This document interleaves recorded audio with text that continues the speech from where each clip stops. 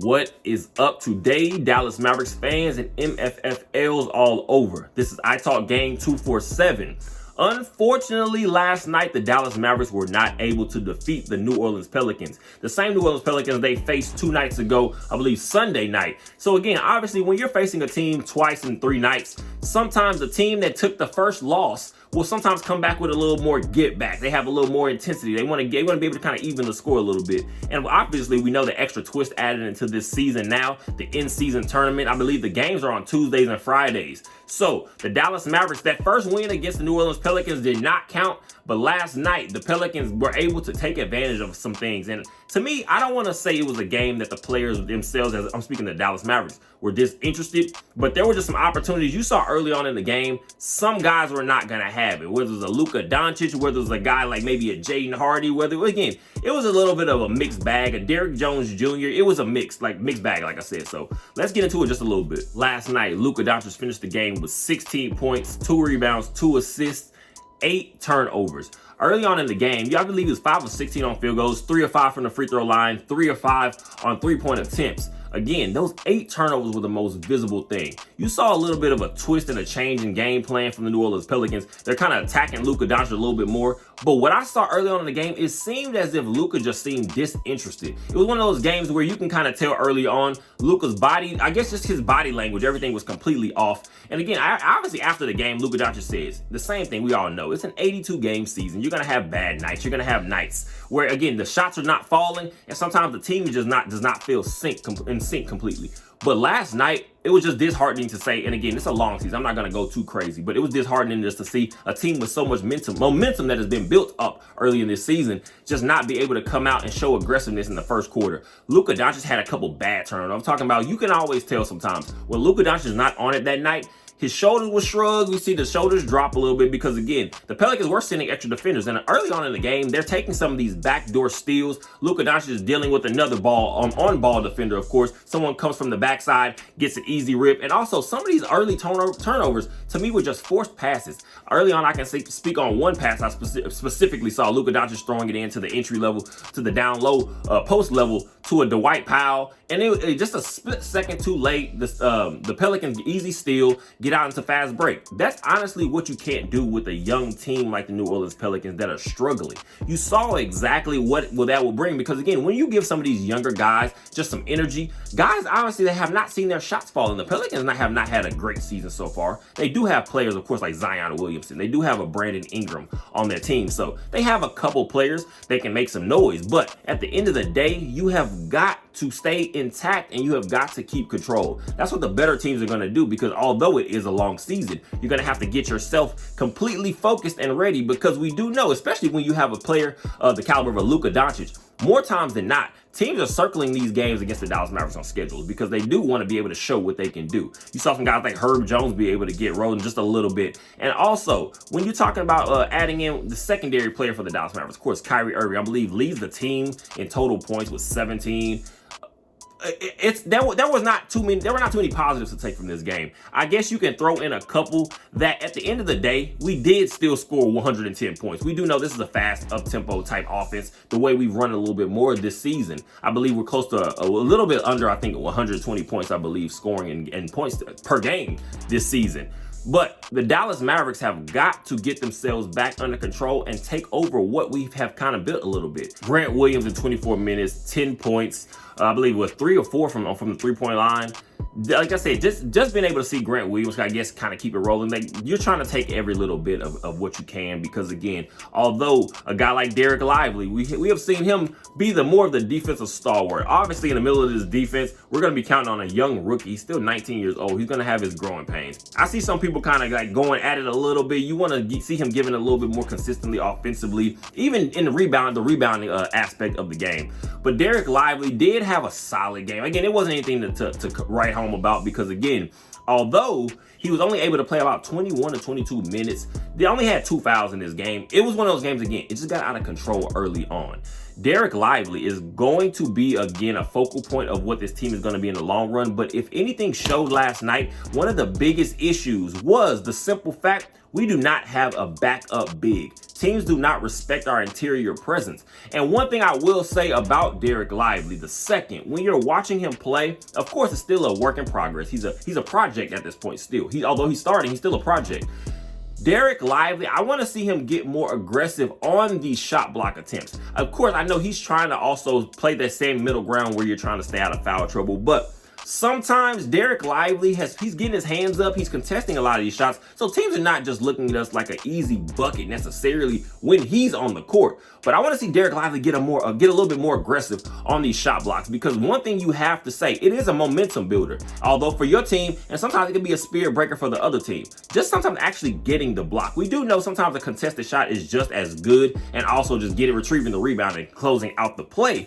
But I want to see Dereck Lively just get more aggressive down low, because teams are going to start at some point being able to watch film. They're going to see we're still pretty much have so many loose holes on this. I say more so on our defense. We still have some loose holes on our defense, because if guys are not going to be intact every single night, you're going to find some nights like this where you're seeing young teams that are able to get out and run, able to play with some extra fire that some of these older guys on the Mavericks might not have, be able to come out there and show some will. And also, again, this is the NBA. Most of these guys are still trying to make a name. Kyrie Irving, 17 points, 6 of 13 on field goals. I believe, 2 of 7 on 3, 2 of 4 from the free throw line. A very pedestrian game for a guy like Kyrie Irving of his skill set. But I will say Kyrie Irving last night seemed to be kind of like, I guess you want to say, one of our settlers of the game, because again, game got pretty chaotic early on. Of course, in the first quarter, Jason Kidd still loves to employ Luka Doncic playing predominantly the entire first quarter. Kyrie Irving usually leaves at some point in that quarter and returns in the second quarter to kind of just lead that second team, or that second group of guys, we're gonna call it. Kyrie Irving, like I said, it was just a game pretty much where everyone at the same point is just kind of looking to put this behind them. Tim Hardaway Jr. matches Kyrie Irving, I said Kyrie Irving led the team in points. He did, but Tim Hardaway Jr. off the bench, a pretty solid, efficient game. Also 17 points off the bench, I believe, in 21 minutes. Tim Hardaway Jr. has been a nice shining piece off the bench so far early in the season. So again, that's a guy we're possibly going to be looking at ourselves calling potentially being in that 6th man of the year watch throughout the entire season, of course, because we do know Tim Hardaway Jr., when he gets hot, the man is a microwave off the bench. So and also another guy, I just want to give a little bit of love. Again, there are not too many positives to take out of this. This is one of those games you want to move on from. But Dante Exum, 9 points. Again, in a simplified role of what we're asking for him, just to kind of be that facilitator, kind of be that guy that can also just help load the ship, I guess lead the ship a little bit when you don't have a Luka Doncic or Kyrie Irving out there. So we're also able to see Max Prosper get a little bit of run. I believe he has 6 points coming in. And again, we're trying to get some of these young guys worked into the mix as much as we can. But going on to the fact I talked about Jaden Hardy a little bit, it seemed as if he was forcing up some shots in his small time in the game. But this is one of those games you're going to write off. You're going to say, get back on the grind, because the Dallas Mavericks do have another game in a back-to-back against the Washington Wizards tonight. So this team has more opportunity to just show they are a serious team. It was just a one-off. These games will happen. It's not anything you want to crap on anybody completely on the team, because again, it's a long season. You do not want to lose the fire that you have. You don't want to lose a hope, especially as a fan base, because again, we have seen some nice things from this team so far in the season, but this is going to be the perfect opportunity. Get yourself back on track, because this is going to be the perfect chance for everyone that's watching to see what the Dallas Mavericks can actually be this season, to show if this team does have some resiliency, just ability to put some of these bad games behind you, because it's a long season. Let guys continue to get their work in. Let a guy like Dereck Lively continue to grow. Let him continue to improve. And although I don't want to see a Luka Doncic have one of these games where he just seems completely easily just bothered, easily triggered, because we do know I guess you want to say the first few years of Luka Doncic's, I don't want to say very generational type career start, you have seen lots of moments, of course, what we already know throughout the league. Luka Doncic you can get in his head, you can get him to chirp at the refs a little bit sometimes, because of Luka Doncic, he plays with so much fire, and as long as he contains that and controls that, we'll be just fine. But you hear Luka Doncic talk after the game, I said again already, in a post-game press conference, and just in a post-game interview, Luka Doncic said it's a long game, but the court to him just seemed off. He said there were certain spots on the court, seemed like you couldn't even dribble the ball. There were some slick spots. I don't care if it's excuses. I don't care what it is, because again, tonight's going to be the night for a guy like Luka Doncic to show. That was just a one-off. This team is still very good. The Dallas Mavericks now are what, 8-3, I believe, sitting as the de facto third place in the Western Conference right now. It's an early season. We're talking about the Nuggets in first. The Minnesota Timberwolves, who we saw the Dallas Mavericks play a couple times in preseason overseas.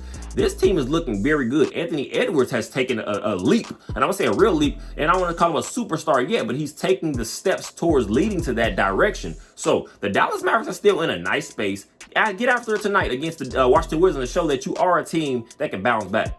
Tonight, again, the Dallas Mavericks do face off against the 2-8 Washington Wizards, who have lost 4 of their last 5 games.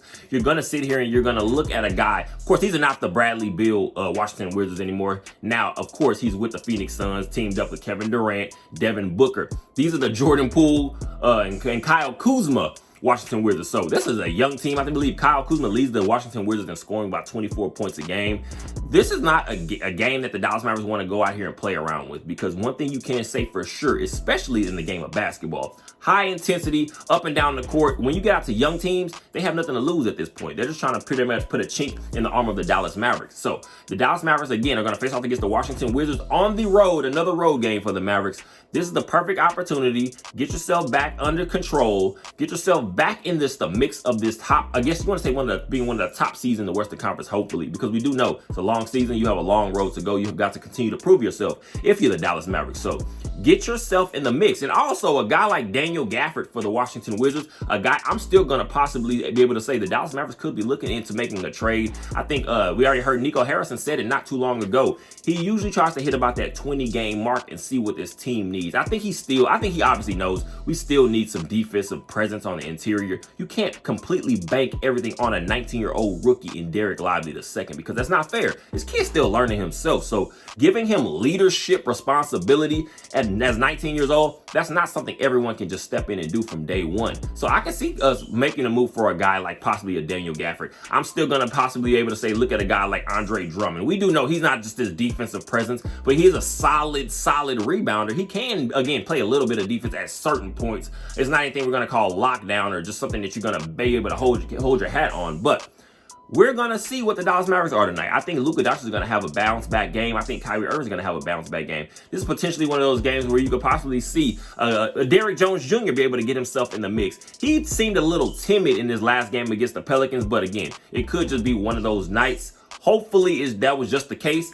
Hopefully, also, we're able to pull out a win. So I appreciate you guys for all the support. We're going to hope this team is really the real deal this year, because, again, you can't play around with these games that you should win, of course, in quotations. You can't ever win games on paper, but take care of business, get yourself back on track, move to 9-3 Dallas Mavericks, and we will be just fine as a fan base and organization in general. So, as always, I appreciate you guys' support. Go ahead and like, comment, subscribe, share. You guys are amazing. I appreciate you, especially the comments, just all that good stuff. And as always, go Mavs.